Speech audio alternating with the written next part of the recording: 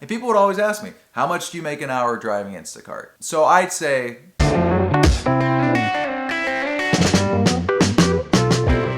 hey there. Welcome to my channel. Thanks for checking out this video. I want to talk to you about the pros, the cons, and how much I made when I was shopping for Instacart. Right off the bat, I'm going to tell you, if you're thinking about shopping for Instacart, watch this entire video. I go into detail about my experiences, give you a little bit of background on my wife and I. We paid off $97,000 of mostly student loans at the end of 2019. A big part of that was increasing our income, which is what I was using Instacart for. I Ubered for a little, I was not a big fan, and I found that Instacart kind of satisfied what I was looking for at that time. And I made quite a good amount of money, I'd say, doing it. So let's get into it, the pros, the cons, but wait. Like and subscribe. To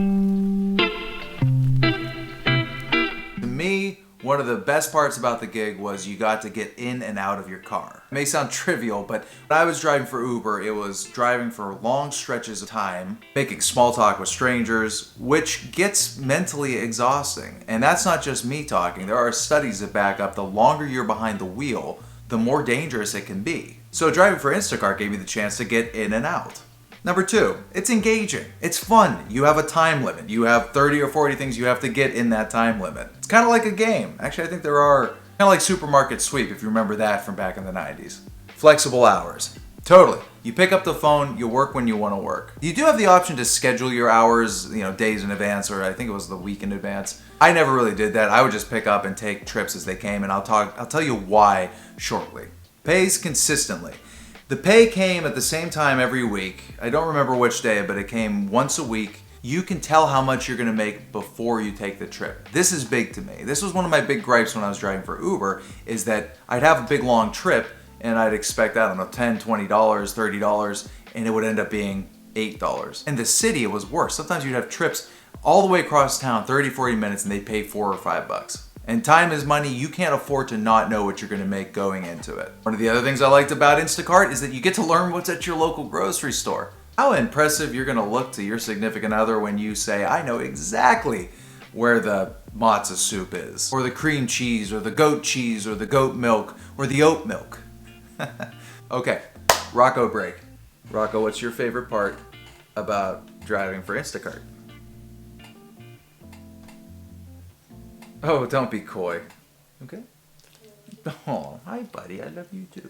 Driving for Instacart is, in my opinion, relatively safe. Again, I compare this to something like Uber, and I don't really have any data to back this up, but look, here's the way I see it. Instacart, you're not dealing with strangers in your car for extended periods of time who may have passed a background check, but you don't know what's in their system that night, especially when you're picking them up from the bar and they get that drunk sense of confidence. Also, like I mentioned before, you're not spending as much time driving behind the wheel. Of course, there are dangers in a grocery store. You could always slip on spilled milk, which could be something to cry about. But generally speaking, less time behind the vehicle, less interactions, long periods of time with strangers seems safer. And I think my final pro is that it's fun. It's a good time. And look, any job is going to be what you make of it. So let's get into the cons. Not everything is perfect, so yeah, there are cons to working with Instacart. I have always been the kind of guy to try to make the best out of a lot of these types of situations. But no matter what you do for a living or a side hustle, there will be something to complain about. Like my dad told me growing up, it's called a job for a reason. I do think mindset goes a long way, but let's get into some of the, call them reasonable cons of working for Instacart. Number one, the pay can vary. I'd say the pay can even be a little bit unpredictable. Again, it's nice. They tell you right before you take the trip what you're gonna make, but there are down days. You can be forced to take batches. If you schedule yourself for hours and actually say, I want to work between the hours of, call it 2 and 6 o'clock in the afternoon on a Thursday. For me, they were pushing batches in my direction and they repeatedly sent the ones that I didn't want to take because the pay wasn't that good, the tips weren't that good. So personally, I stopped signing up for hours and I started just opening the app, seeing what was available and taking that. Which worked out great for me. I realized sometimes, okay, the area I'm currently in, there's not a lot to do. So I would go to another part of town and make a whole bunch of money in a night. Another thing to complain about, difficult terrain. This one wasn't a big issue for me. I'm able-bodied completely.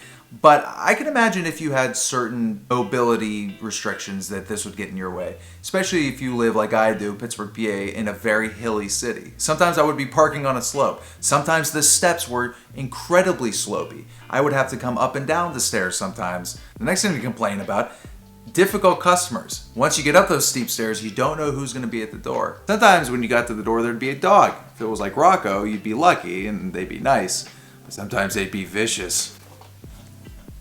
Fortunately, I can say I never had any really negative experiences with somebody at the door. Yeah, you get a quiet person or a rude person once in a while, but you know, you're gonna have that in any aspect of customer service. And here might be the biggest thing to complain about, and this is justified, but I think it's par for the course when you're in gig work, vehicle issues. If you have multiple cars in your family, pick the one you like the least to do the job, because you're gonna run into some problems. Potholes alone, I replaced the tires at least 2 or 3 times. Fortunately, I was making enough at the time to justify it, and I was only doing it for a short period of time. But if you drive like a mad person, there's a good chance you're gonna completely destroy the interior of your car, the shocks, the struts, the tires, maybe even the sole.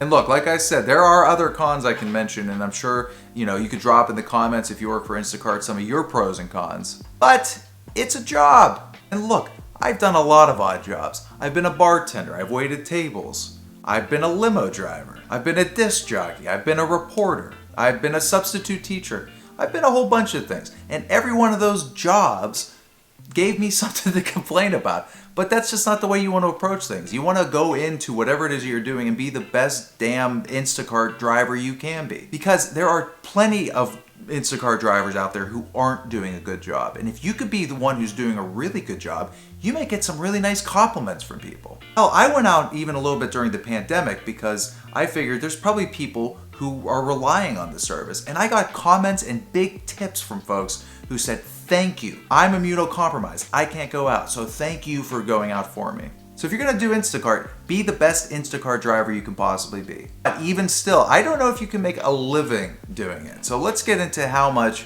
I made when I was driving for Instacart. I went back and I looked at some of my averages, and I found that on good weeks I was averaging something like $22 an hour. Bad weeks, something like $17 to $18 an hour. There will be people who go higher, there will be people who go much lower. Again, I think that depends on you. And look, if that translates to $30,000, $40,000 a year if you're working at like a full-time job, yes, you can survive on that, but I'd say do so with caution, because don't forget what I was talking about with your car. You could really put some serious wear and tear in your car, and in no time flat, all those earnings you've saved up, you're gonna need to spend on a new car or a major repair of some kind. So if you're thinking about signing up for Instacart, I'd say do it. It's fun. Anytime I get in an Uber, I'm always telling the drivers, hey, if you're getting tired of making small talk with people like me, check out Instacart. I hope to see you at the local grocery store. Happy shopping. Thanks for stopping by. Any questions, drop them in the comments below. I'll try to get back to you. And as always, thank you for watching, and we'll see you next time.